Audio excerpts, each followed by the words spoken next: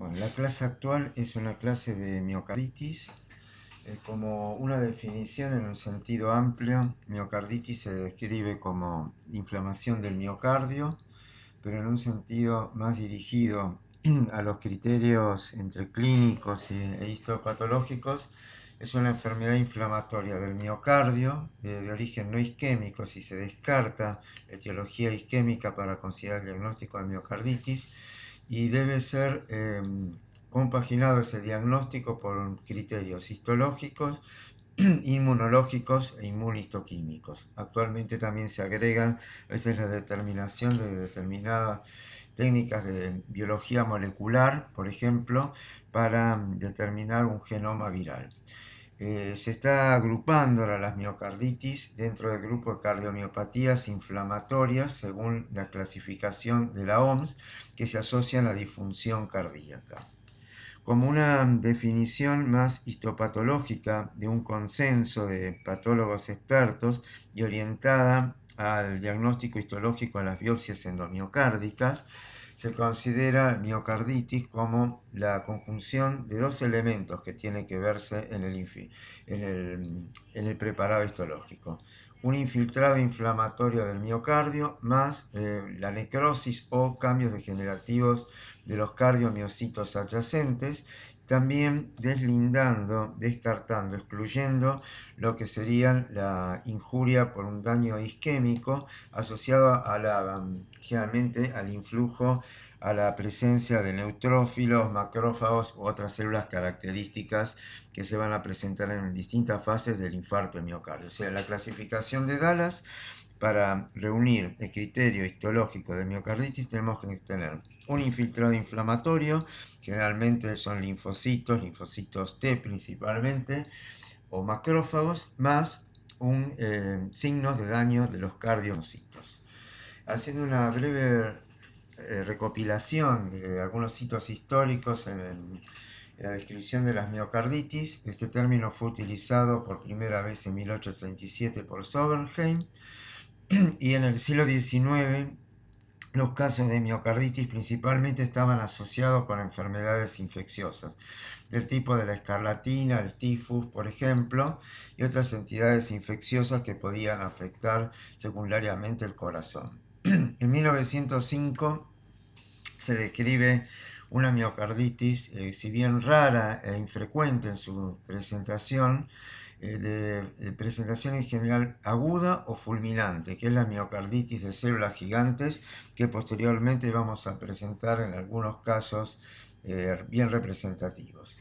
En 1941, Safir separa histológicamente los criterios para diagnosticar la miocarditis de los criterios utilizados para caracterizar la cardiopatía isquémica consecutiva en general a un infarto agudo de miocardio. En 1962, un aporte importante fue la introducción del bióptomo por Kono y Sakakibara de Japón para la obtención de las biopsias endomiocárdicas a partir de muestras obtenidas del septum interventricular derecho, que es de donde habitualmente se obtienen las muestras. Si bien también esas muestras a veces no pueden tener, sobre todo para el caso de una patología multifocal o parcheada con la miocarditis, una sensibilidad y especificidad muy alta, son las que habitualmente se utilizan. Habitualmente para un seguimiento de rechazo de trasplante, con 3-4 muestras sería un número adecuado. Para el diagnóstico de miocarditis, tengan idea que la cantidad de muestras puede ser 7-8 para poder tener un tejido representativo, para poder efectuar el diagnóstico. En general no se efectúan, salvo en algunos centros y en casos muy especializados, biopsias del ventrículo izquierdo, por el riesgo general que trae apareado de embolias, por ejemplo sistémicas, o que puedan llegar a dar un episodio embolígeno hacia el sistema nervioso central.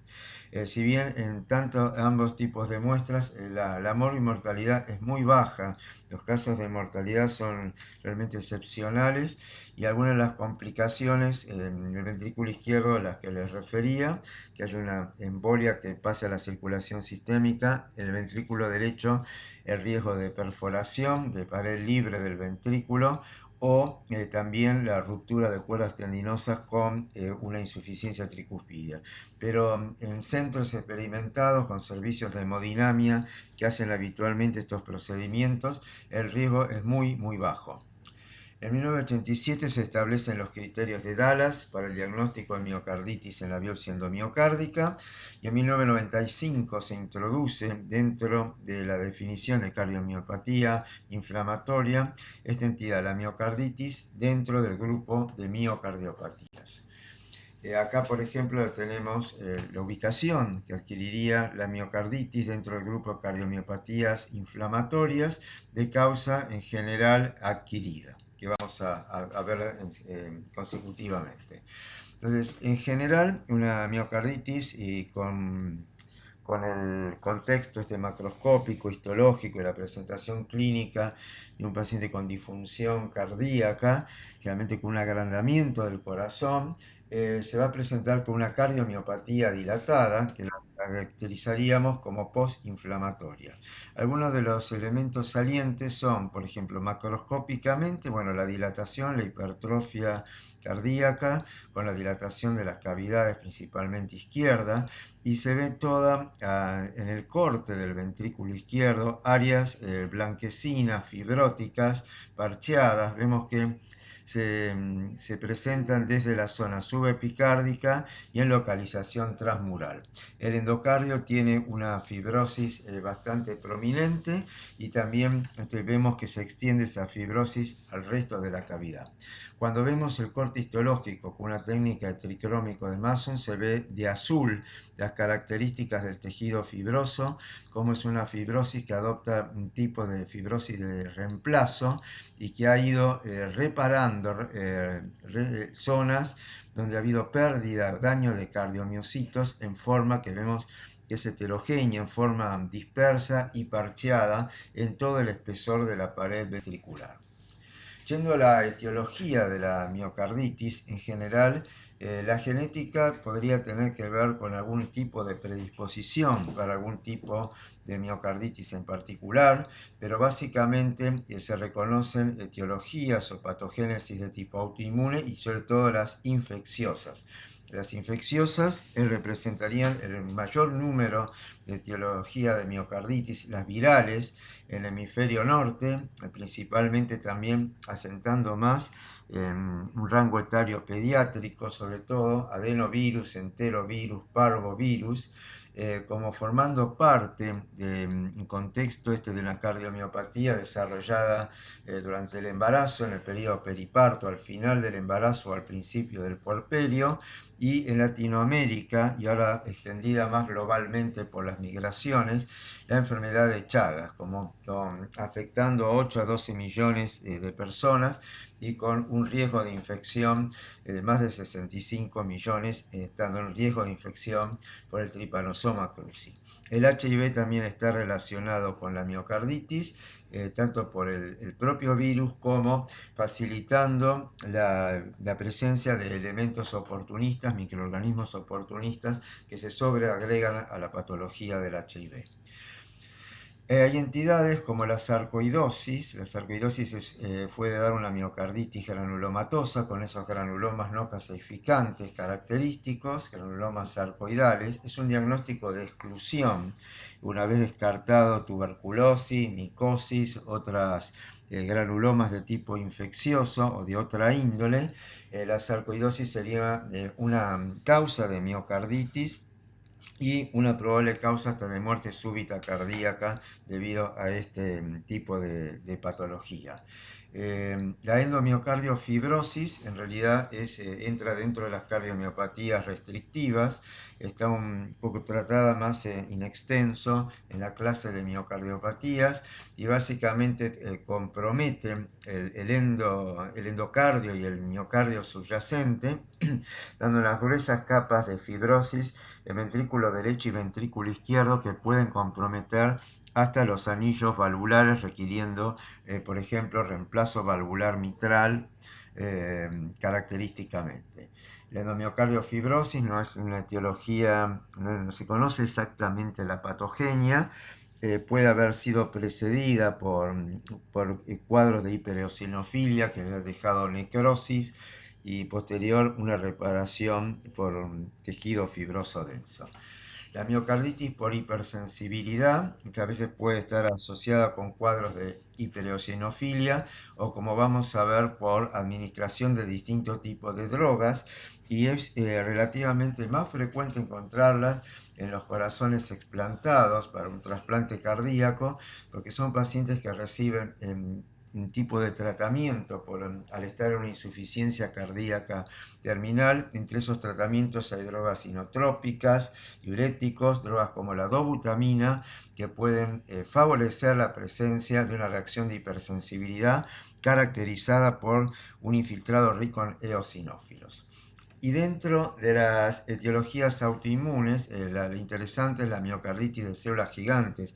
Es una miocarditis, digamos que es la que el infiltrado más severo, más destructivo, con células gigantes multinucleadas, que no se agrupan formando granulomas al modo de una tuberculosis o de una sarcoidosis, sino que hay una destrucción como geográfica masiva del miocardio.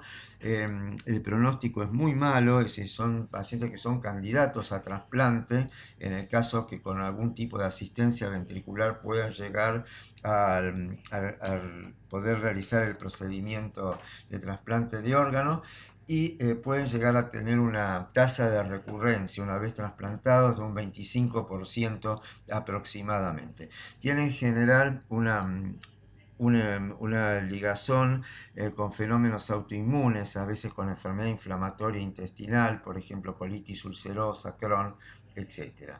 Y finalmente, dentro de las autoinmunes está siempre el grupo de las colagenopatías, tipo el lupus, que puede dar también cuadro de miocarditis, y otras entidades como la artritis reumatoidea o entidades como la dermatomiositis, polimiositis, que también pueden afectar el miocardio.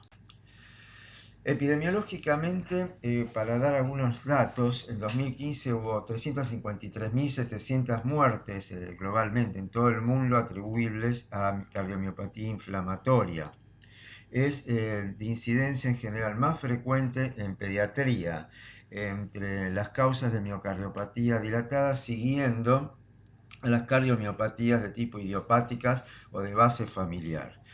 No se conoce una verdadera incidencia de miocarditis con precisión, debido a que en general la biopsia endomiocárdica no se realiza en forma frecuente y que además puede haber una baja sensibilidad de este método siguiendo los criterios de Dallas. Algunas cifras históricas de reportes puede ser tan baja como un 1% en una serie de más de 12.000 autopsias.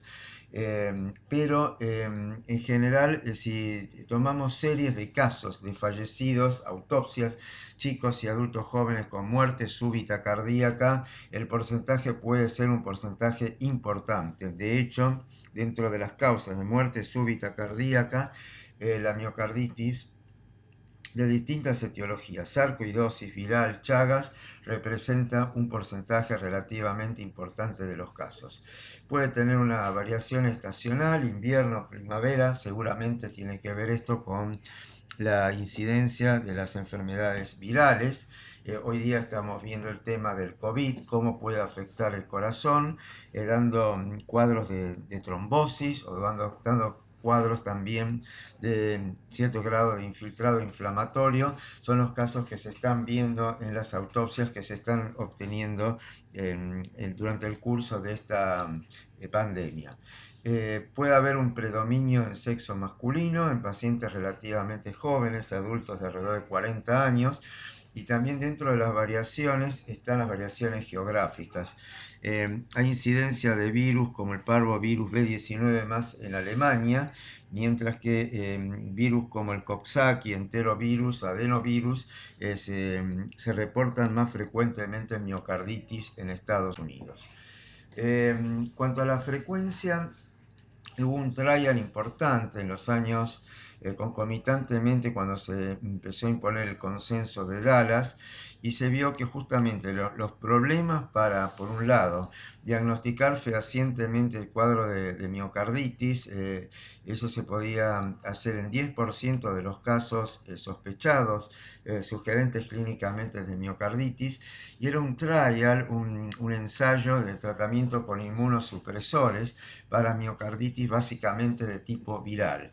En ese trial no se demostró una eficacia de los inmunosupresores para el tratamiento de una miocarditis viral, justamente porque sobre todo cuando hay una viremia, hay un virus activo en su proliferación, el tratamiento inmunosupresor no estaría indicado. O sea que es muy controvertida la aplicación de un tratamiento inmunosupresor en las miocarditis, salvo por algunas indicaciones muy puntuales y definidas.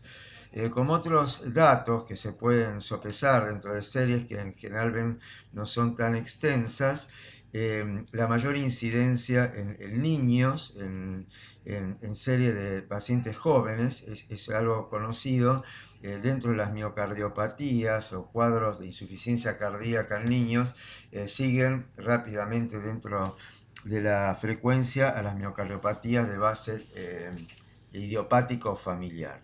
También mujeres con miocardiopatía dilatada periparto, hay una incidencia mayor de miocarditis en el desarrollo de la misma. En cuanto a la clasificación, a la etiología más frecuente dentro de las cardiomiopatías inflamatorias, vamos a reconocer básicamente tres grupos importantes: las de base infecciosa, las de base tóxica o las de tipo autoinmune. Las infecciosas, como estuvimos adelantando, las virales, ¿no? Básicamente las adenovirus, enterovirus, Coxsackie B, parvovirus B19, virus de la hepatitis C, B, HIV, citomegalovirus, influenza, Epstein-Barr virus, herpes virus tipo 6, arbovirus como el del dengue, que también puede implicar una afectación del miocardio. Hay incluso virus nuevos, cardiovirus como el Saffold, que se ha descrito más recientemente. Las parasitarias son raras, pero hay que considerarlas. Hay algún caso que hemos mostrado en la clase de pericardio, una hidatidosis, por ejemplo, de Echinococcus granulosus, que puede llegar a afectar el corazón. También se conoce la afectación triquinosis y otros elementos parasitarios. Las bacterianas, principalmente las piógenas, pueden estar en relación con un evento piógeno de contigüidad, como puede ser una endocarditis infecciosa que se extiende al miocardio adyacente, o por una infección de un catéter, de un cardiodefibrilador, de un marcapaso, que se extiende al miocardio adyacente. Generalmente dan una inflamación con un exudado de tipo piógeno, con una necrosis de tipo licuefactiva, y donde se pueden recabar la presencia de colonias bacterianas. Igualmente en la sepsis también podemos tener oportunidad de encontrar una miocarditis de tipo piógena con un infiltrado a predominio de neutrófilos. La tuberculosis puede afectar mayormente el pericardio, como también lo presentamos durante la clase de pericarditis.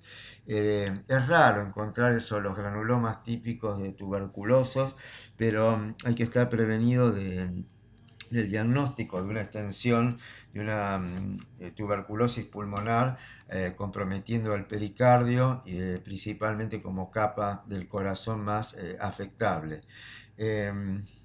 Otras etiologías son mencionadas en la literatura, pero son relativamente raras. Las miocarditis fúngicas en realidad tienen que ver más con cuadros de inmunosupresión por las causas habituales en un paciente que está inmunocomprometido por distintas razones, por un tratamiento por un trasplante, por un tratamiento por una enfermedad, una colágenopatía, por un síndrome de inmunodeficiencia, etc. Los aspergilosis, candidiasis, etc. son los hongos que habitualmente están actuando, produciendo una miocarditis de tipo micótica. Y dentro de los protozoarios, la miocarditis infecciosa más difundida globalmente es la enfermedad de Chagas por Trypanosoma cruzi, reconociendo que en general los nidos de amastigotes los vamos a reconocer en la etapa aguda y en la etapa de reactivación en general en un trasplante o por tratamiento con corticoides, por inmunosupresores, se vuelve a recrudecer la enfermedad como una miocarditis chagásica aguda. En la miocarditis chagásica crónica, si bien hoy día la patogenia más reconocida a nivel mundial es producida por la persistencia del parásito, aunque en cantidades reducidas, esto genera una amplificación inmunológica y un mantenimiento, una perpetuación de una miocarditis chagásica crónica, donde habitualmente lo que tenemos es un infiltrado importante, intenso, con una fibrosis severa del corazón y un infiltrado de tipo mononuclear heterogéneo en su composición, con linfocitos, macrófagos, y la presencia de eosinófilos en el infiltrado en general alerta a que pueda haber alguna localización en la cercanía de un nido de amastigotes. Las miocarditis de origen tóxico se refieren a algunas causas puntuales, drogas a veces que pueden ser de tratamiento antineoplásico, drogas de uso social como la cocaína o otras situaciones más puntuales, picadura de avispas, arañas, escorpiones, causas muy raras, pero básicamente las drogas, a veces por efecto inotrópico o drogas por una toxicidad muchas veces acumulativas, pueden ser responsables de producir una miocarditis. Las miocarditis de tipo autoinmune consideramos las enfermedades del tejido conectivo, lupus, artritis reumatoidea, esclerodermia. La esclerodermia puede afectar pulmón y corazón, produciendo una fibrosis intensa, y la polimiositis y dermatomiositis. El grupo de la miocarditis de células gigantes también reconoce una génesis autoinmune.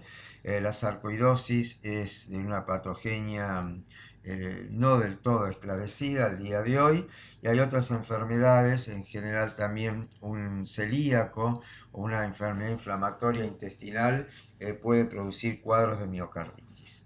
Dentro de las que se caracterizan por un infiltrado eosinofílico, realmente tiene que ver con la eosinofilia en la circulación, y eso puede ser atribuible a un síndrome hipereosinofílico, a veces idiopático, otras veces relacionados con algún tipo de neoplasia, a veces neoplasia hematológica, o reactiva a una parasitosis o a enfermedades alérgicas con un componente que puede afectar el corazón, como el Churre-Strauss, y caracterizable por un infiltrado de eosinófilos. La endomiocardofibrosis en general puede tener una eosinofilia en una etapa más temprana, pero finalmente lo que se observa en un corazón de una fibrosis endomiocárdica, que globalmente sería la causa más frecuente de miocardiopatía restrictiva, es un grueso reemplazo, un engrosamiento fibroso denso en el endocardio y el miocardio subyacente.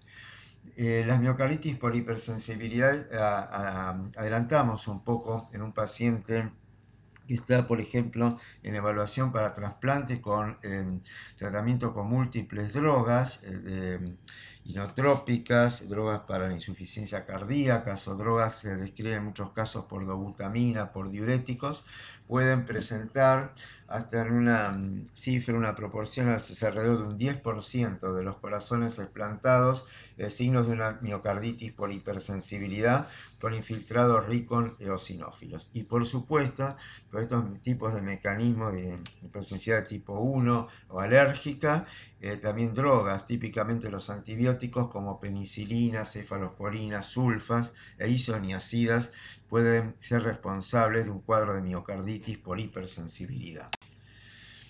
Dentro de los estudios experimentales de la miocarditis sobresalen estudios antiguos de la década del 80.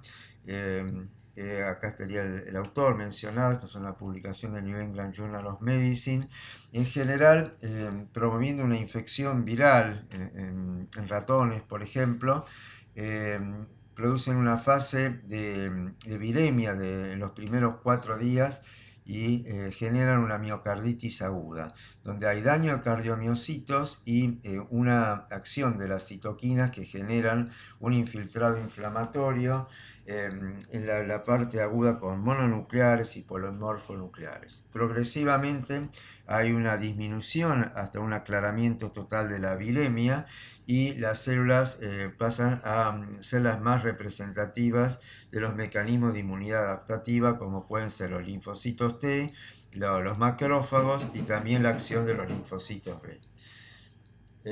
Luego de un periodo donde hay ausencia de virus, más allá de los 14 días en este modelo experimental, se reconoce la probable aparición de una miocarditis crónica y una miocardiopatía dilatada, con dilatación del corazón, fibrosis y falla cardíaca en ausencia del virus.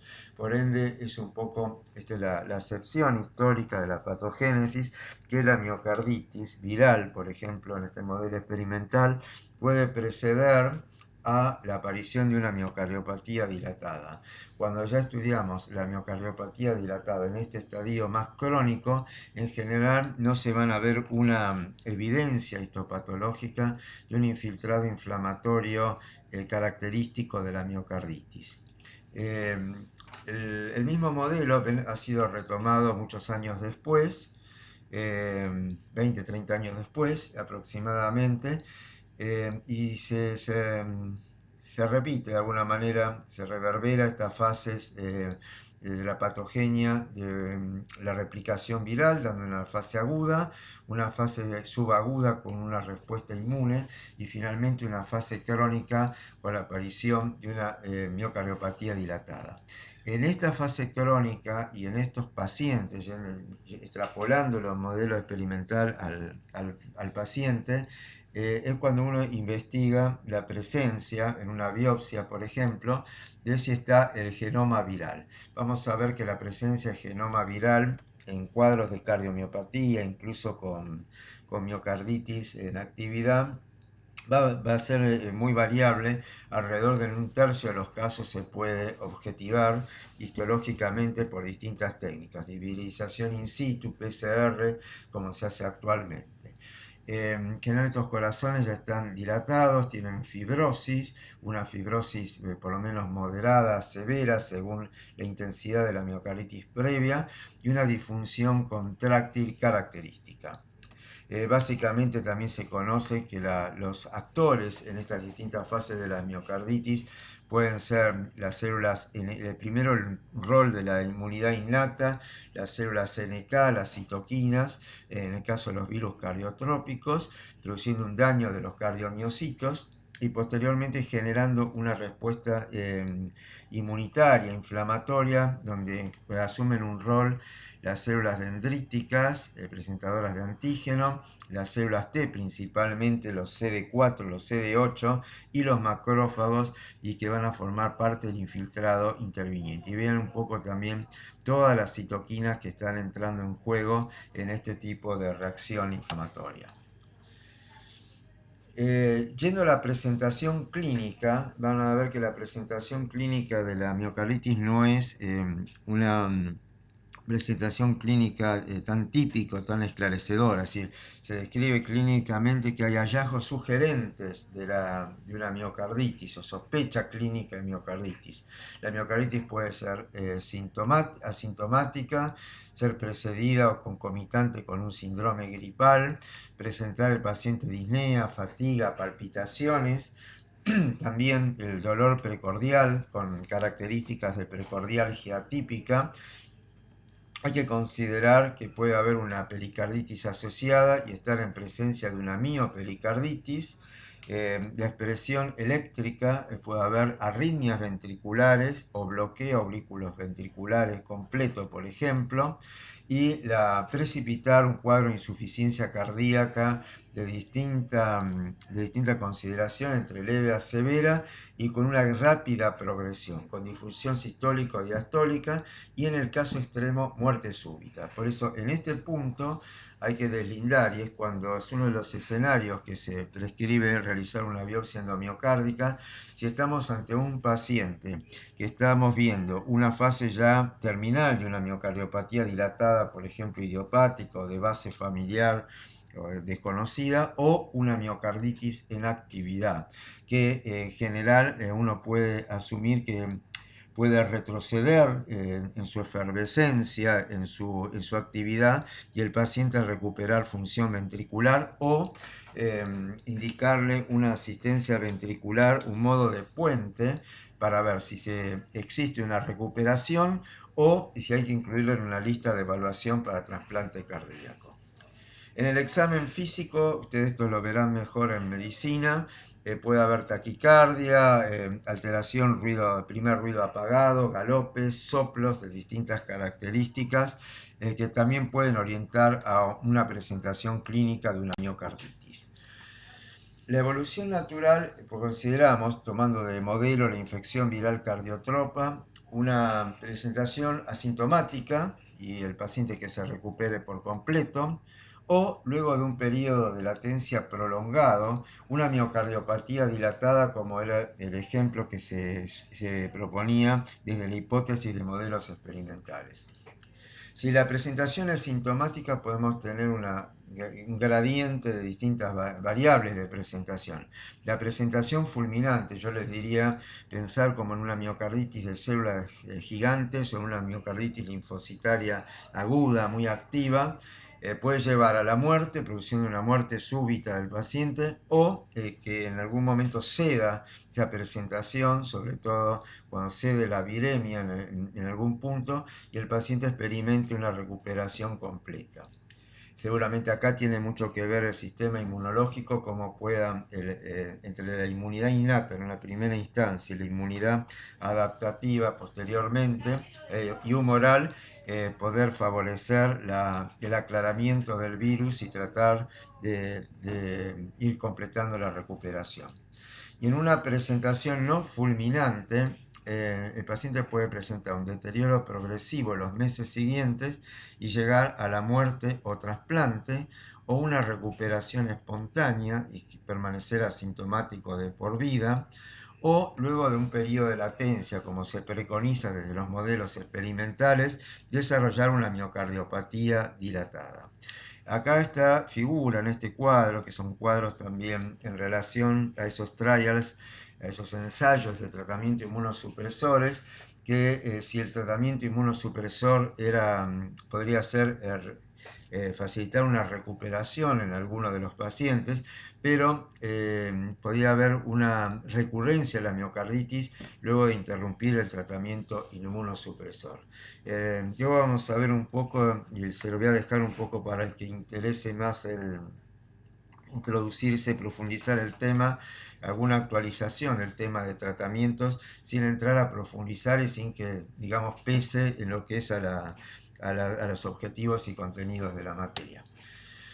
Bueno, para el diagnóstico se emplea entonces toda la serie de condiciones, la clínica, el electrocardiograma, la radiología, el ecocardiograma, estudios de laboratorio, gammagrafía, resonancia magnética nuclear, que cada vez adquiere un rol más preponderante, sobre todo para determinar in vivo en un paciente áreas probablemente de miocarditis con edema, fibrosis, o que a veces con técnicas de gammagrafía, de marcación, se pueden identificar zonas donde más probable esté ocurriendo la inflamación, y hasta se pueda dirigir las biopsias y obtener biopsias representativas de esas regiones. las técnicas de biología molecular, entonces apuntando sobre todo al tema del reconocimiento del genoma, por ejemplo, de virus o de otros agentes causales. Y en la anatomía patológica vamos a ver cómo la inmunistoquímica va a permitir reconocer las características del infiltrado inflamatorio. Bueno, esto es de alguna de las, hay un par de publicaciones que los que sean muy entusiastas y quieran, les interese el tema en particular, puedan recurrir. Esta es una revisión en la Journal of American College of Cardiology del 2012. De acá hay algunas imágenes. Este es un algoritmo en pacientes con sospecha clínica de miocarditis. Sobre todo me interesa presentar esta parte, el ala derecha de este algoritmo. El paciente que está en shock cardiogénico con una inestabilidad hemodinámica y en el cual se le indica y se le realiza una biopsia endomiocárdica. El resultado de la biopsia endomiocárdica puede ser un IF, es decir, puede no tener miocarditis y aseverar, más allá de la sensibilidad y especificidad limitada del procedimiento diagnóstico, que el paciente podría tener una miocardiopatía dilatada en estadio terminal y allí el tratamiento podría continuar con una asistencia circulatoria mecánica o ingresar en una lista de espera para trasplante cardíaco. Si se suscribe el diagnóstico de miocarditis, como vamos a considerar, acá también las condiciones podría ser tener la expectativa que el paciente recupere función en un lapso de 2, 3, 4 semanas aproximadamente, si es necesario brindándole una asistencia circulatoria mecánica, asistencia ventrículo izquierdo, el ECMO, otros tipos de asistencia circulatoria, y en ese lapso, si se obtiene la recuperación, generalmente podría seguir con un tratamiento sintomático asumiendo que es una recuperación de esa miocarditis activa. Si la recuperación no está aconteciendo, entonces hay que empezar a pensar en la indicación del trasplante cardíaco. O sea que principalmente diría que hagamos el zoom sobre esta parte del algoritmo, más allá del paciente hemodinámicamente estable que puede seguir otro recorrido teniendo falla cardíaca tratable o una miocarditis con posible presencia de virus y donde haya la posibilidad de instituir un tratamiento antiviral relativamente específico. Bueno, los estudios complementarios también tienen en la presentación un poco todo el algoritmo también de indicación de estudios, es decir, lo que puede aparecer en un electrocardiograma, de un electro normal a cambios transitorios del ST onda T, las arritmias que pueden generar un factor de riesgo de muerte súbita, sobre todo arritmias ventriculares, bloqueos con trastorno de conducción intraventricular, y esto indicaría una lesión miocárdica extensa. Puede haber bloqueos transitorios AB. La radiología podría indicar un índice cardíaco aumentado, una cardiomegalia, y en los casos de una insuficiencia cardíaca de instauración así en agudo, es decir, rápida, una congestión pulmonar importante. El ecocardiograma puede denotar la silueta cardíaca, si está aumentada o normal, si está dilatado, y generalmente una disfunción sistólica que puede tener también alteraciones de la motilidad parietal o globales o regionales. También investigar la presencia de trombos murales que pueden llegar a requerir un tratamiento de anticoagulación por el riesgo, sobre todo de embolias sistémicas. En laboratorio, los marcadores de injuria miocárdica, como los que se usan para el infarto de miocardio, pueden la creatinquinasa, las troponinas, pueden estar indicados y darnos una pauta de que hay un daño miocárdico. En general, también pueden utilizarse un poco la pesquisa serológica o por otras técnicas PCR de laboratorio de determinados agentes virales. De poca especificidad los autoanticuerpos, si bien se cree que tienen un rol en la patogenia de estas entidades, produciendo como una reacción contra los cardiomiocitos, la especificidad no, es baja para el diagnóstico de miocarditis. La gammagrafía, los estudios de medicina nuclear, en general también van a apuntar a detectar zonas de lesión miocárdica, sobre todo con anticuerpos marcados, para poder caracterizar la zona de posible daño miocárdico. Hoy día la resonancia magnética nuclear está ganando muchas posiciones para el diagnóstico de este tipo de entidades. En este caso se muestra un paciente joven con un dolor de pecho, una precordialgia debido a una miocarditis aguda. Y en general lo que se demuestran son áreas de edema, tratando de compatibilizar en el subepicardio, por ejemplo, que podrían ser compatibles con alteraciones histopatológicas relacionables con una miocarditis aguda. Desde el punto de vista, yendo ya a la anatomía patológica, el estudio macroscópico podemos, si tuviéramos el corazón, bueno, va a ser en una situación de autopsia o de trasplante, donde se tenga el corazón explantado. La otra situación es la biopsia endomiocárdica. Como vemos, ya recorrimos un poco desde Kono y Sakakibara en 1962 con la introducción del bióptomo, los criterios de Dallas y el empleo de la biopsia de ventrículo, de septum interventricular derecho, como para poder poder fijar el diagnóstico histológico de miocarditis. Entonces, la miocarditis consideramos el infiltrado inflamatorio con distintas características que son asociables a distintos elementos etiológicos y la evidencia del daño miocítico. En algunas situaciones en particular, como algunos virus, como el citomegalovirus, podríamos llegar a encontrar alteraciones citopáticas características. La microscopía electrónica en realidad no es usual para el diagnóstico de miocarditis. Puede servir en una población pediátrica como para descartar otras etiologías, principalmente enfermedades de almacenamiento lisosómico, o tesaurismosis, glucogenosis, etc., enfermedad de Fabry, que orienten hacia otro diagnóstico diferencial. Lo que sí nos es muy útil es las técnicas de inmunistoquímica, donde vamos a sobre todo realizar las para marcación de linfocitos T con CD3 y de macrófagos con CD68, y establecer en general, se puede establecer un conteo, contar por ejemplo 10, 20 campos de alta magnificación a un aumento 400 por, y establecer un número promedio, una mediana del infiltrado inflamatorio y su caracterización. Es decir, sobre todo los linfocitos T y los macrófagos son los que vamos a tratar de caracterizar en ese tipo de infiltrado, que es lo más frecuente. También podemos encontrar eosinófilos, neutrófilos, células gigantes, etcétera, según la etiología. Las técnicas de biología molecular, entonces, para identificar genoma viral, PCR, hibridización in situ o Western blot serían las utilizables en los centros que actualmente cuenten con esa disponibilidad.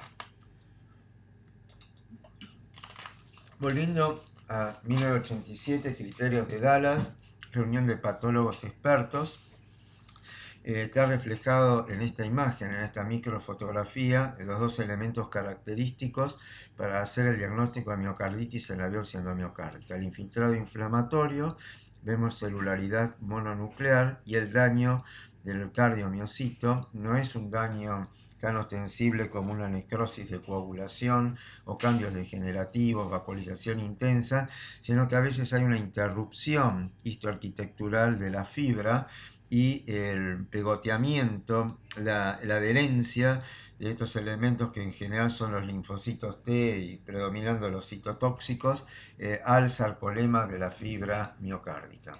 En la biopsia inicial podemos inferir que no hay miocarditis, es decir, no se ven estas características, que la miocarditis es activa, es decir, que tenemos un infiltrado inflamatorio intersticial y una lesión de los cardiomiocitos adyacentes, no típicos de un infarto, una cardiopatía isquémica, una enfermedad coronaria donde tiene otra histoarquitectura, otra histopatología. Y hay un gris, hay un estadio intermedio que es la miocarditis borderline, donde el infiltrado inflamatorio es muy escaso o la injuria miocítica no aparente, y acá nos ayuda mucho la inmunistoquímica como para podernos acercar o no al diagnóstico de miocarditis. Pasa muchas veces que la biopsia se realiza luego de pasado el periodo de mayor actividad del proceso inflamatorio, y ya al tener ese tejido miocárdico no encontramos los elementos característicos de infiltrado inflamatorio y daño de cardiomiocitos. Si la biopsia se repite luego de algún tipo de tratamiento adecuado a la etiología, podemos encontrar como que hay miocarditis persistente, como que está en resolución con tejido de granulación, o que la miocarditis está resuelta con o sin presencia de tejido fibroso. Vemos las tres condiciones típicas: biopsia endomiocárdica, panel superior, no miocarditis. Se ve panorámicamente el endocardio, el miocardio subyacente. Hay núcleos con aspecto irregular, hipercromático de hipertrofia. Habría que considerar si esto puede corresponder, por ejemplo, a una miocardiopatía dilatada idiopática o de otra etiología, pero no tenemos ningún tipo de infiltrado inflamatorio prominente en esta biopsia. Como contrapartida vemos la fila inferior, donde acá el infiltrado inflamatorio es muy prominente, difuso, confluente, con múltiples focos de daño a cardiomiocito, y estamos en presencia, según la clasificación de Dallas, de una miocarditis activa. En el medio está la parte gris, es decir, tenemos infiltrado, pero no tanto. Hay sospecha en algún punto de daño de cardiomiocitos, no es tan evidente, entonces podemos suscribir un diagnóstico intermedio de miocarditis borderline o sospecha de miocarditis, que aunado a los criterios clínicos y de imágenes pueden de alguna manera darle un diagnóstico, un cierre diagnóstico al cuadro de ese paciente. Otras características a considerar en la biopsia endomiocárdica: el infiltrado hay que considerarlo si está focal, difuso, si confluye, si se van uniendo los focos de infiltrado inflamatorio y de daño de los miocitos. La extensión, si es leve, moderado o severo. Esto se semi-cuantifica, o incluso podemos cuantificarlo más precisamente con un conteo de los CD3 más los CD68, los linfocitos T, los macrófagos. Y luego las características del infiltrado orientan hacia la etiología. Un infiltrado linfocitario es el más común y es típico de una miocarditis viral. Un infiltrado de eosinófilos es más de una miocarditis por protozoos, por parásitos, por alergia. Un infiltrado granulomatoso puede sugerir desde una sarcoidosis, una miocarditis de células gigantes, una fiebre reumática, artritis reumatoidea, varias condiciones, o infecciosa, tuberculosa, micótica, etc. Hay que establecer varios diagnósticos diferenciales. La miocarditis de células gigantes en general no produce esos granulomas típicos como la sarcoidosis o la tuberculosis o la micosis, sino que hay una destrucción muy grande del miocardio, pero sin esa formación de granuloma característico.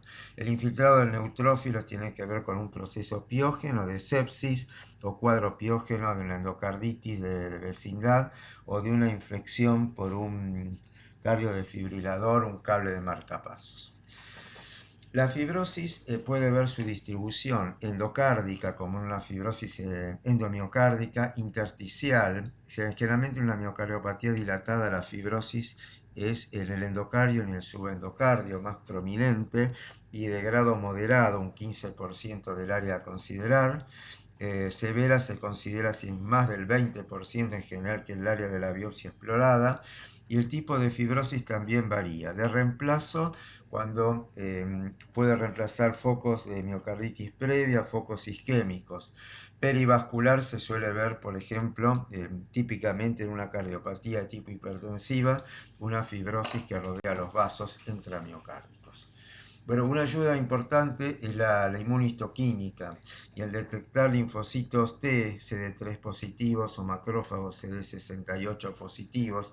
Hay otras más técnicas para macrófagos, ahora para los M1, M2, como ustedes deben conocer, pero la que típicamente usamos es la CD68, y a veces la presencia de una celularidad importante. En general, acá se da más de 2 células. Uno diría, en un conteo esperaría encontrar más de 5 mononucleares entre linfocitos y macrófagos a 400 por para establecer un diagnóstico más firme de miocarditis.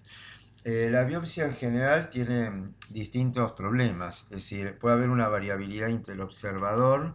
Esa variabilidad es menor si se considera una miocarditis difusa, la concordancia acá es muy alta, pero en una miocarditis focal, borderline, la variabilidad entre el observador puede ser mayor. Puede haber un error de muestreo, es decir, que no se tomen, que haya varias muestras, pero ninguna dé un foco representativo del proceso que está aconteciendo. Y hay distintos criterios histológicos. El edema puede ser un hallazgo inespecífico. El infiltrado inflamatorio a veces puede estar sugerido, pero en realidad corresponder a algunos linfocitos o mastocitos o células de tipo intersticiales, caterpillar, que podemos ver en el corazón. Es decir, confundirla con linfocitos si no se hace una marcación más fiable. Distintas lesiones miocárdicas, por ejemplo por hipercontracción o demás por efecto opresor, y cambios degenerativos y fibrosis del miocardio de etiología a veces no dilucidable. Si consideramos el infiltrado inflamatorio, un poco lo adelanté recién, pero un infiltrado linfocitario, uno lo esperaría encontrar una infección viral incluida por el HIV, en miocarditis de tipo inmunológicas, por colagenopatías o autoinmunes, toxicidad por drogas. En la sarcoidosis hay infiltrado CD3 positivo, pero lo característico acá son los granulomas con las células gigantes. Con respecto a los eosinófilos, reacciones de hipersensibilidad, enfermedades parasitarias, síndromes hipereosinofílicos. Con respecto a los neutrófilos van a aparecer en una injuria isquémica, infarto, que hay que excluirlo como de diagnóstico de miocarditis y reconocer lo que se trata de un proceso isquémico, microinfartos o injuria de tipo isquémica con daño.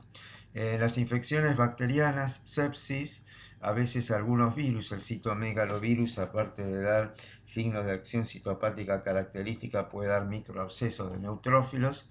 Y en el efecto opresor, donde también hay un daño a cardiomiocitos con acúmulo de neutrófilos.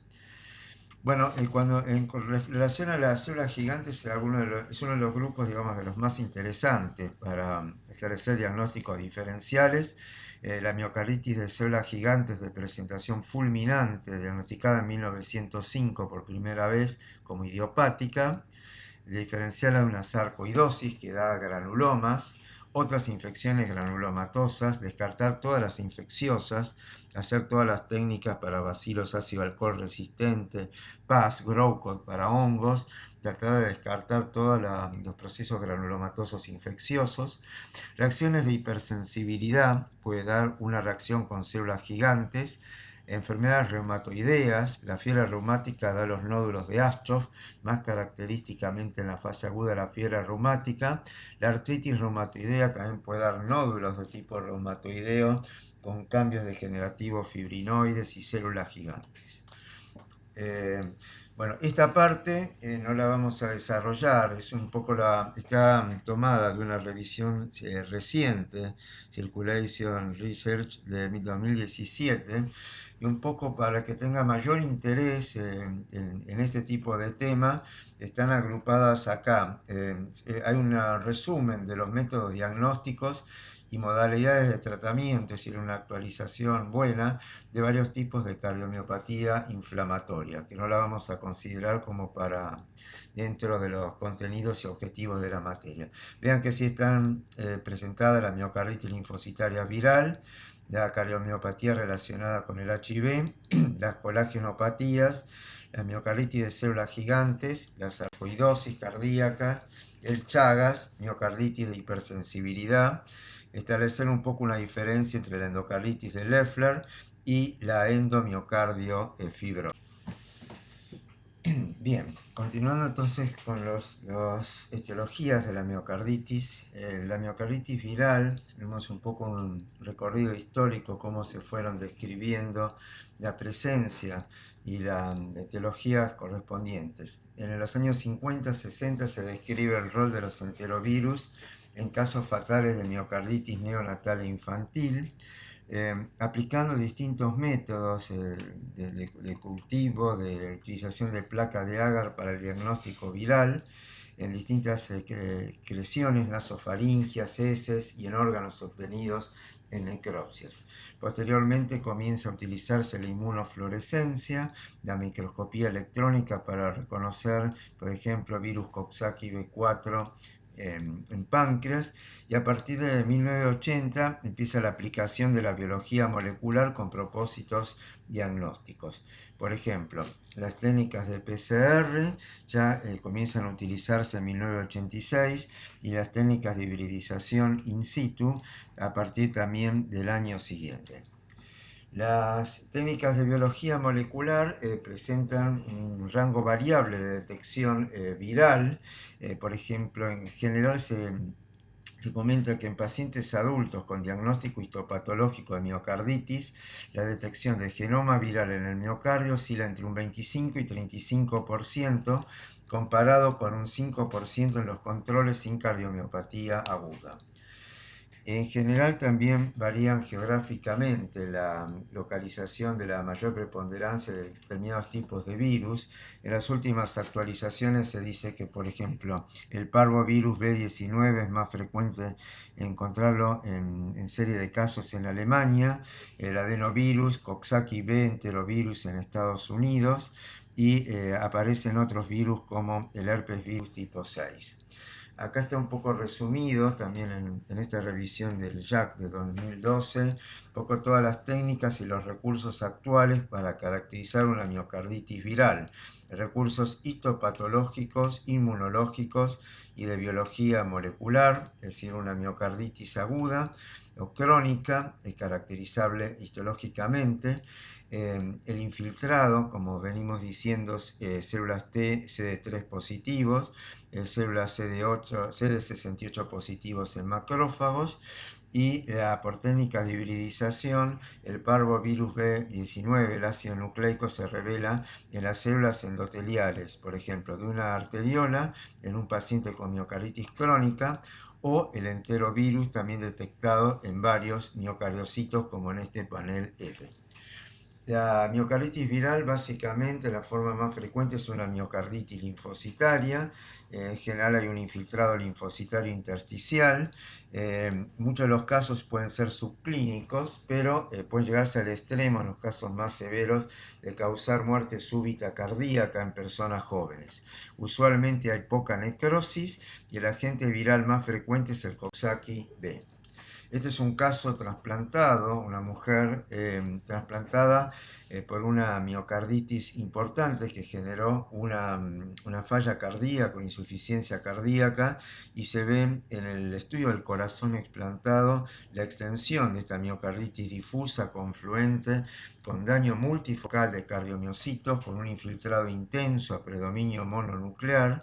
Acá se ve justamente el criterio histológico que uno replicaría en la biopsia, es decir, un cardiomiocito con su núcleo, y se ve como cortada la fibra y rodeada por todo este infiltrado inflamatorio mononuclear, donde se destacan células de tipo linfocitario y otras que seguramente serían macrófagos o de otra estirpe. En sectores hay zonas como de reparación de tejido de granulación, hablando de un proceso que se está de alguna manera resolviendo en sectores o reparando, y es lo que va a dejar justamente las secuelas esas fibróticas de tipo de reemplazo. Bueno, en este caso también era muy florida la histología, múltiples áreas con linfocitos y daño de cardiomiocitos. Acá se ve en el septum, e incluso una rareza como encontrar figuras mitóticas en los cardiomiocitos en medio de todo este infiltrado intenso. Ya mencionamos, y está en la clase de miocardiopatías, la miocardiopatía dilatada periparto y la frecuencia que tiene incidencia aumentada de miocarditis. Acá se ven 3 pacientes distintas, 1, 2, 3, con biopsias endomiocárdicas tomadas durante el curso de su miocardiopatía dilatada en la parte final del embarazo en el puerperio, es decir, miocardiopatía periparto, y se ve justamente el signo histopatológico característico de la miocarditis en actividad, el infiltrado inflamatorio y el daño bien definible de los cardiomiocitos. Como los virus de la hepatitis, el virus de la hepatitis C principalmente puede dar una miocarditis, pero en este caso es una oportunidad de haber encontrado por virus de la hepatitis B, un paciente trasplantado cardíaco que tenía, se le tomó una biopsia hepática, un cilindro, por sospecha de una hepatitis y se encontró estos signos de inflamación linfocitaria mononuclear y los hepatocitos con estos halo claro y aspecto en vidrio esmerilado, muy sugerentes de la infección por el virus de la hepatitis B. Lo mismo se contrastó, se corroboró mediante la presencia del antígeno del virus B, de la hepatitis, y concomitantemente, contemporáneamente, se tomaba una biopsia cardíaca, endomiocárdica, de control de rechazo. Esto que aparentemente podría ser compatible con un rechazo de trasplante, daño de cardiomiocitos con infiltrado inflamatorio. Se hizo también la determinación del antígeno del virus B, dando positivo, y en ambos casos se interpretó como que era una hepatitis por virus B y que ese virus B también estaba comprometiendo contemporáneamente el corazón, dando una miocarditis. Un hallazgo también en una trasplantada cardíaca es por citomegalovirus, los signos de acción citopática características. También si se ve la biopsia endomiocárdica para el control del seguimiento del rechazo, se ve un infiltrado inflamatorio y si vamos recorriendo la misma, en distintos sectores se ven los núcleos agrandados, con signos de acción citopática, inclusión nuclear e inclusión incluso citoplásmica. Otro tipo de infiltrado es el de los neutrófilos, y eso puede acontecer en sepsis, en territorios continuos a una endocarditis infecciosa, donde hay colonias bacterianas, necrosis licuefactivas y polimorfonucleares en relación. Entonces, la endocarditis infecciosa, un territorio aledaño, la sepsis, el sitio de implantación de un marcapaso, puede derivar en una miocarditis con infiltrado rico en neutrófilos en cualquiera de estas circunstancias. También en una condición más infrecuente relativamente, la enfermedad de Still o artritis reumatoidea de comienzo juvenil, podemos ver una miocarditis con un infiltrado con predominio de elementos leucocitarios, neutrofílicos, como se pueden ver acá, algunos de ellos también entremezclados con eosinófilos, y tomando la zona de la biopsia el endocardio con fibrosis, y en el miocardio subyacente este tipo de infiltrado. En cambio, en la enfermedad de Churg-Strauss, relacionada con una patogenia más alérgica, asma, se reconoce la presencia de una miocarditis eosinofílica. El eosinófilo en general compromete el endocardio, el miocardio subyacente, y acá vemos todo un infiltrado muy rico en eosinófilos con granulaciones características y comprometiendo toda la parte del endocardio y el miocardio subyacente. En entidades por protozoarios, la toxoplasmosis, el Chagas, los casos son taquizoitos relacionados con la presencia del toxoplasma gondii en el corazón. No es frecuente de ver, pero una posibilidad también que genere un cuadro de miocarditis.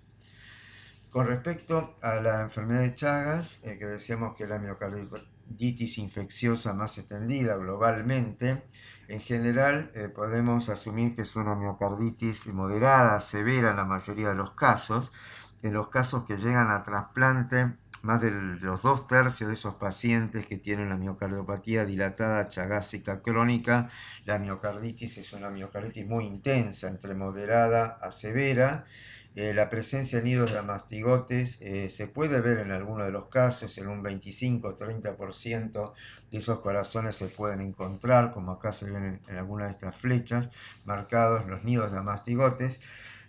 Pero en general el cuadro histológico es como el del panel A. Mucho infiltrado inflamatorio, daño extenso, cardiomiocitos, un infiltrado compuesto por heterogéneamente linfocitos, plasmocitos, macrófagos, a veces eosinófilos como están marcados en el panel C. También se pueden llegar a ver otros elementos como folículos linfoides, agregados linfoides que seguramente asumen el rol de centros germinales, de folículos linfoides terciarios y producción de anticuerpos, y el rol de los macrófagos, a veces dando un patrón de miocarditis granulomatosa, también se puede presentar en el Chagas. Acá vemos dos células gigantes multinucleadas de estirpe histiocitaria, como marca el CD68, pero en general el infiltrado linfocitario CD8 positivo y otro CD que vamos a ver es el que más constantemente vamos a encontrar en el análisis histológico. Acá tenemos, por ejemplo, en un trabajo publicamos en el 2014, todo un reconocimiento en distintos corazones, eran como 8 a 10 casos de miocardiopatía chagásica crónica trasplantada, la proporción que se puede ver de los CD3, los CD8, los CD4, CD68 y en menor proporción los CD20, linfocitos B, dentro del infiltrado inflamatorio. Vemos que a medida que aumenta la proporción de infiltrado, la cantidad de células por campo de alta magnificación, en general aumenta mucho el CD3 o el CD68 y el CD8 y el CD4 son los que más correlación tienen. En general aumentan más a mayor cantidad de células presentes en la mediana, en el promedio de la interpretación de la cuantificación del infiltrado. Esto en general entonces está hablando del rol de los linfocitos T y en segundo lugar de los macrófagos. También aparecen células, importantemente las células Tibet, que hablan de un mecanismo TH1 en la génesis de este infiltrado inflamatorio y la escasez de las células T reguladoras o FOXP3. Otro hallazgo a veces en estos estudios es que el Ki67, que marca la entrada en ciclo celular, habla de que las células CD3, sobre todo, son las que pueden entrar en el ciclo celular y vemos toda una proliferación de este tipo de elementos en el infiltrado. En esas zonas donde no se encuentra nidos de mastigotes, pero el infiltrado es prominente, ya desde esta época, desde los años 90, mediados de los años 90, empezaron a aplicarse las técnicas de PCR en el tejido cardíaco de la miocarditis chagásica crónica. Este es un caso donde se detectó DNA del parásito en la muestra histológica de un corazón, de una autopsia, un paciente de 27 años fallecido por una insuficiencia cardíaca atribuible a la enfermedad de Chagas, y donde se pudo detectar lo que marca acá el T-Cruci en el panel 7, en el control. En este caso tenía una amplificación del DNA del minicírculo del parásito, a pesar de no haber encontrado nidos de mastigotes y en correlación con un infiltrado intenso. O sea que esto apareció en distintos trabajos en esta época y posteriormente, y está reflejando de alguna manera que en las zonas con más infiltrado inflamatorio era más característica y más constante la amplificación del DNA del T-Cruci, sobre todo que en zonas sin infiltrados o con un infiltrado muy escaso. Esto un poco llevándolo a un análisis estadístico, se pudo comprobar que en zonas con más de 10 mononucleares por campo de alta magnificación, era prácticamente constante la amplificación del ADN del minicírculo del T. cruzi, lo cual reflejaba que la presencia del parásito, en este caso caracterizado por la obtención de la amplificación del ADN, se correlacionaba estrictamente con el grado de miocarditis, sobre todo activa, característica de la infección. La reactivación de T. cruzi en general se puede comprobar en inmunodeprimidos, en trasplantados. En este caso es más florida, vemos 1, 2, 3, otro más, acá otro, nido de amastigotes. En general da lugar a una miocarditis chagásica de tipo aguda, con un infiltrado muy intenso, ven que tiene una distribución más intersticial, sobresale la presencia de los eosinófilos, sobre todo en derredor de la zona de los nidos característicos, y bueno, esto recibe un tratamiento con benidazol durante un mes o 2 meses aproximadamente, y en biopsias sucesivas se puede ir viendo cómo prácticamente bajó la cantidad de nidos, termina de eliminar los nidos de amastigotes del tejido, el tratamiento antiparasiticida, el tratamiento de los parásitos, ¿no? Parasiticida, y se va creando una secuela fibrótica en las zonas donde era el intenso infiltrado inflamatorio. Veamos la miocarditis de células gigantes, que digamos sería la más exuberante en cuanto al infiltrado inflamatorio. Este es un corazón explantado, un paciente adulto joven, había tenido como antecedente una colitis ulcerosa. Ven que tenía ya un trasfondo autoinmune, tal vez ahí pueda pesar algo la genética de parte de la autoinmunidad, y en las biopsias, cuando se interna de urgencia por un cuadro compatible con lo que fue una miocarditis fulminante, se veía una destrucción, necrosis intensa del tejido con células gigantes. Células gigantes no formaban granulomas típicos, una necrosis geográfica y un infiltrado intensamente mononuclear, linfocitario e histiocytario. Otro caso, este es de un médico también, una patología similar y que tuvo que estar en asistencia ventricular como puente al trasplante cardíaco. También es otro caso de una miocarditis de células gigantes, como para que observen el grado de destrucción del tejido cardíaco con la presencia de estas células características con multinucleación. La miocarditis granulomatosa como diagnóstico diferencial la vamos a encontrar en la fiebre reumática, la pancarditis. La fiebre reumática suele dar una pericarditis fibrinosa, una miocarditis en parte inespecífica, pero en parte con presencia de nódulos de Aschoff, que se van a disponer más característicamente en disposición perivascular y en el endocardio. La sarcoidosis es otra entidad que puede incluso llevar a la muerte súbita y que característicamente tiene estos granulomas de tipo sarcoidal no necrotizante, incluso con algo que si bien es frecuente de ver pero no es patognomónico, son estos cuerpos estrellados o asteroides, y estas células que están entremezcladas con elementos más de tipo linfocitario.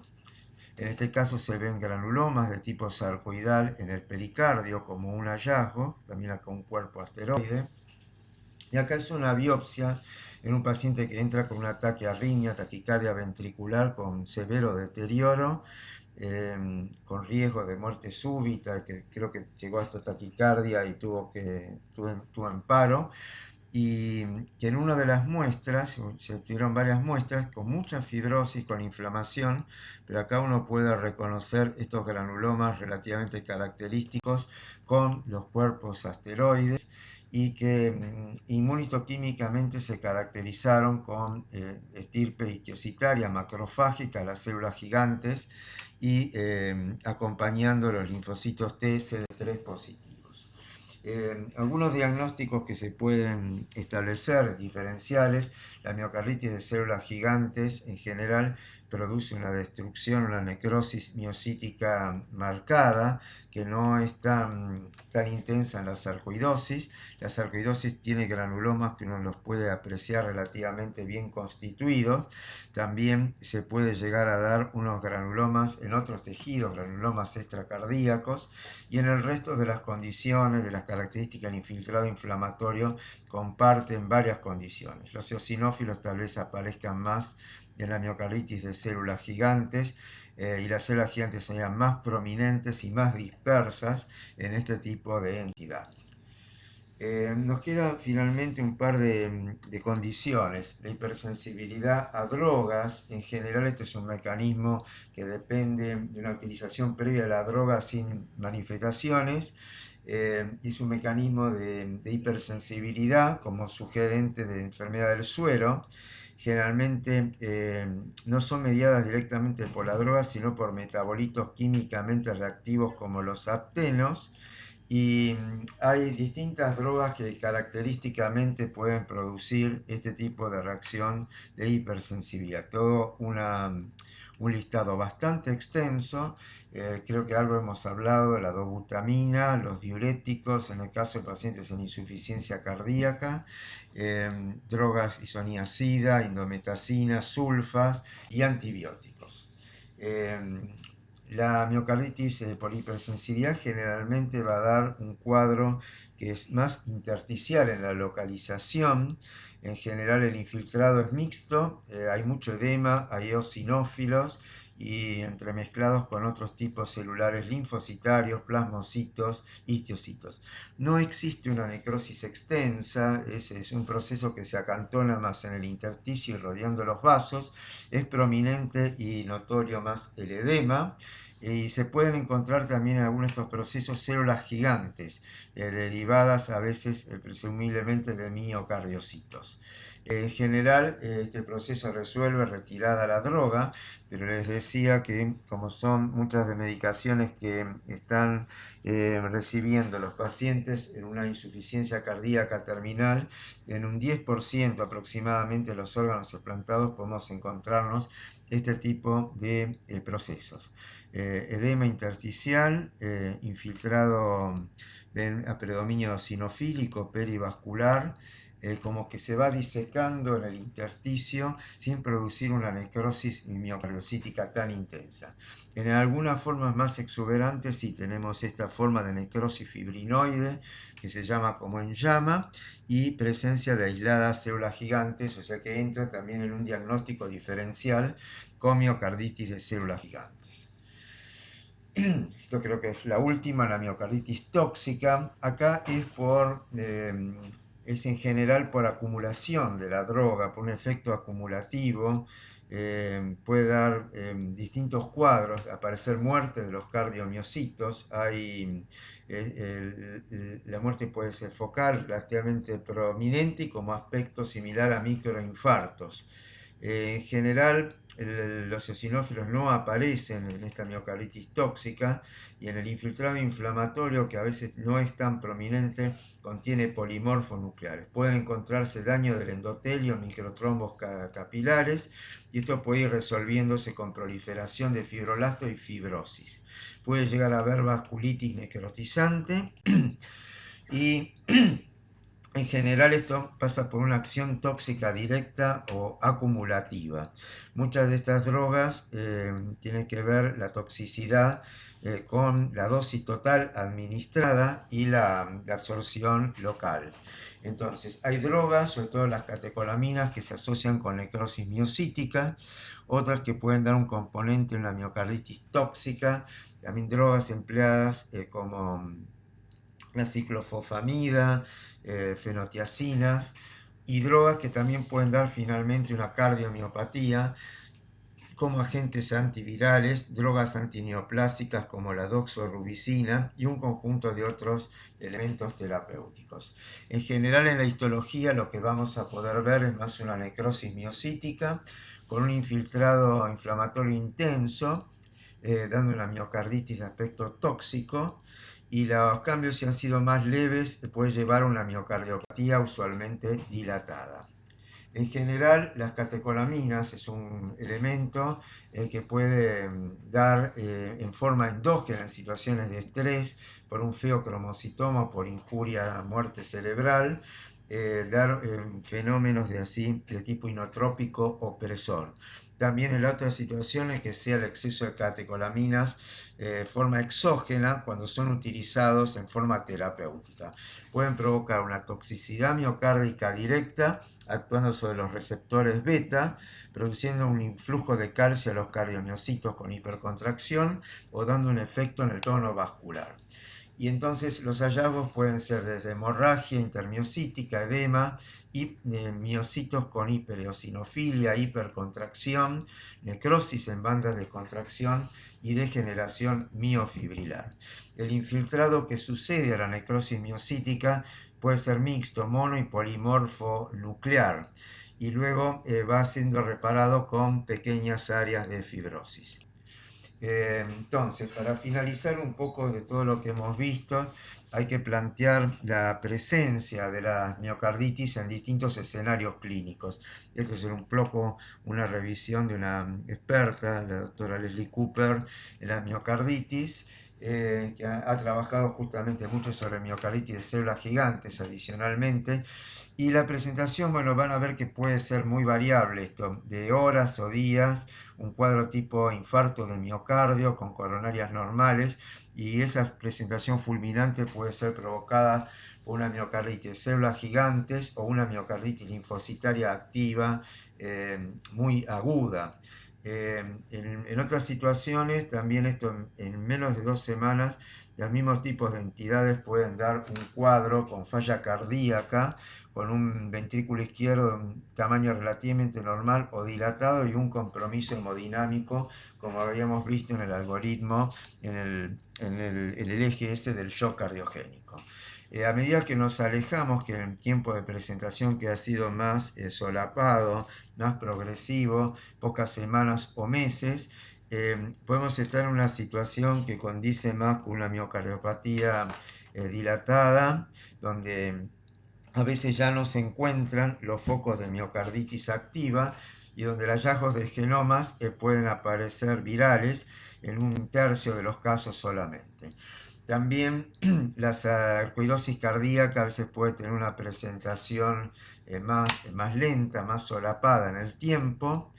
La miocarditis por hiperosinofilia, por hipersensibilidad, la duración puede ser variable, puede ser constatable la eosinofilia periférica y el fallo cardíaco, y cuando la presentación es más de varios meses, ahí hay que descartar, y si los hallazgos son no específicos y descartados los genomas virales, ver si no estamos en presencia de una miocardiopatía dilatada de tipo idiopática o de otra etiología.